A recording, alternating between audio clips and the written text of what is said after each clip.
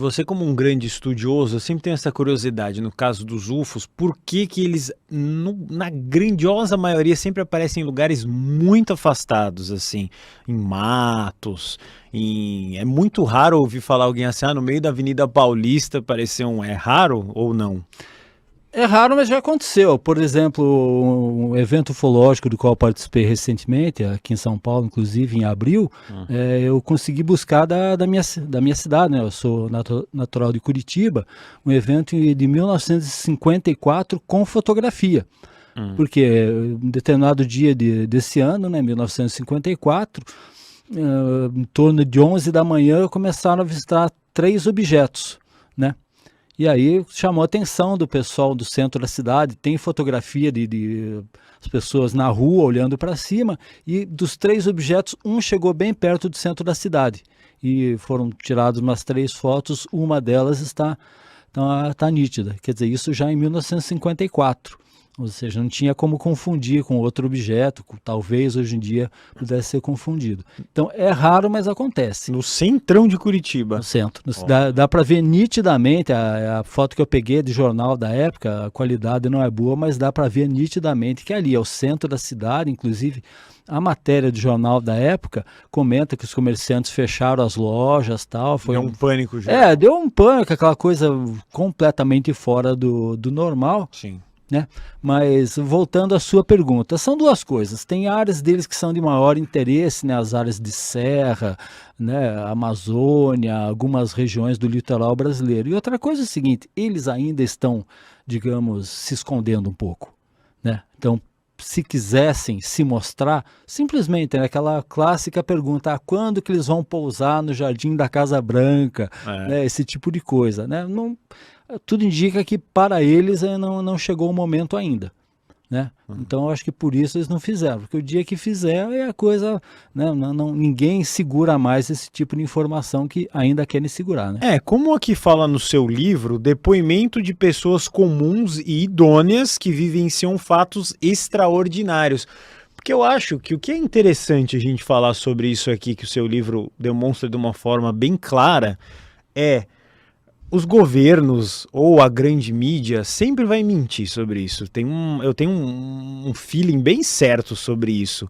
E pessoas que você vai cruzando as informações, uma pessoa viu isso, eu vou buscar. Acho que dá uma informação mais real do que a mídia mesmo. A mídia, por exemplo, é praticamente zero sobre ufologia. Se a gente pegar Globo, SBT, rádios, ninguém fala sobre isso, assim, de forma mais detalhada. Sempre fala de uma forma meio... palhaça, assim, um ET lá, caipira, que falava, não sei o quê.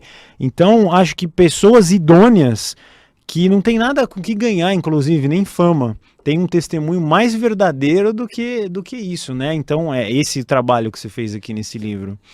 Guru, é exatamente isso, porque antes de entrevistar a pessoa, né, porque geralmente era indicação de alguém, ou a pessoa comparecia a alguma reunião do grupo. Então, antes de chegar no assunto ufologia, aquela conversa, legal que você veio aqui na reunião, você é daqui da região mesmo, nasceu aqui, trabalha onde? Então, você vai ali conversando com a pessoa, né, para tentar entender. E aí, quando você pega o depoimento, é exatamente isso, a pessoa vem numa sequência, como todos nós, tem a vida no trabalho, tem a família, está estudando, e em algum momento, né, ou para algumas pessoas em vários momentos da vida, mas em algum momento acontece aquele fato completamente fora do normal e que depois a vida da pessoa continua mudando um pouco. Algumas pessoas mudam completamente dependendo do que aconteceu e dependendo digamos, da personalidade da pessoa, outros não mudam nada.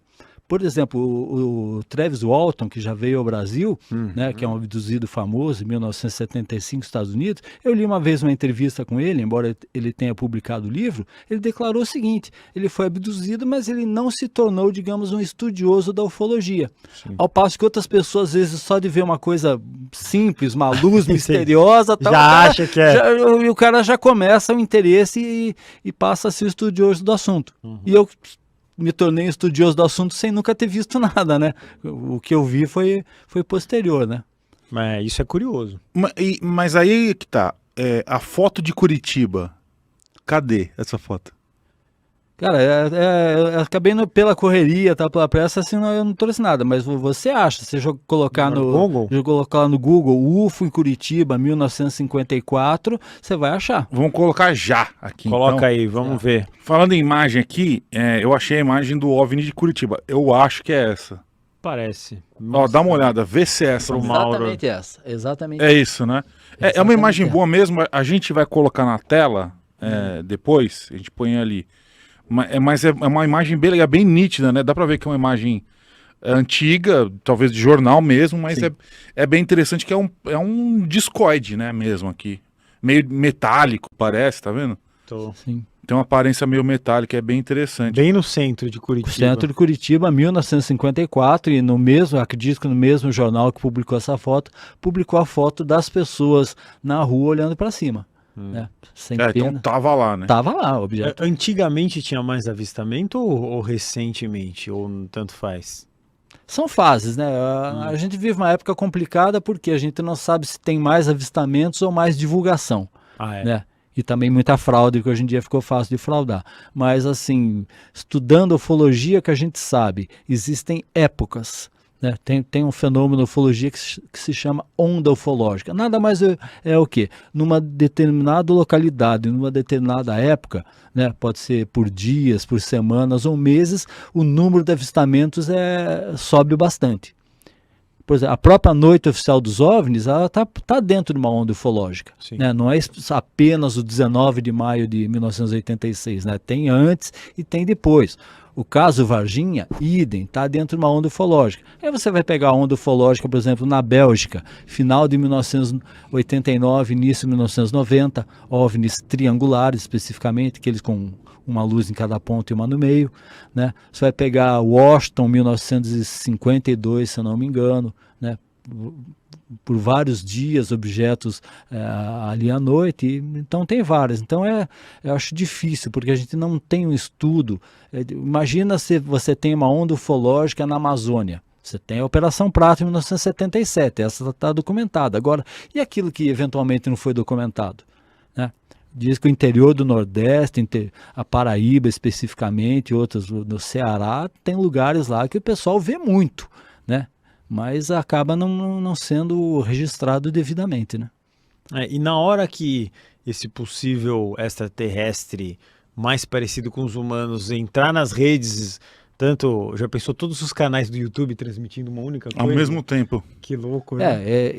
Né, nessa teoria, digamos, né, que eu comprei, né, que eu achei muito interessante, que eu assisti, comecei a pensar e falei, eu acho que é uma coisa bem plausível, né?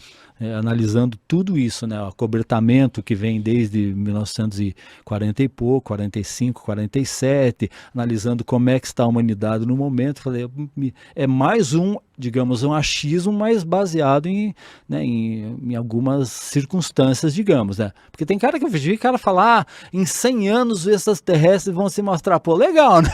Mas é muito fácil. O outro fala, por que 100? Por que não 110 ou 120 ou 80 anos? Quer dizer, nenhum de nós vai estar aqui para confirmar, não tem nada a ver. Agora, essa questão daqui a 20 anos, né, como você mencionou, pô, isso aí os caras falam desde 1900 e bolinha. Já estão nessa... Se pegar, por exemplo, os livros do general Moacir Shoa, que ele publicou no final dos anos 60, começo dos anos 70, num dos livros dele, estava tendo tanto avistamento lá que ele já achava que em pouco tempo eles se mostrariam, porque você estava ali dentro de uma onda ufológica, né? Então fica aquela sensação, né? A coisa vem aumentando, você pensa, agora eles vão aparecer. Aí, de repente, aquela onda ufológica acaba, né?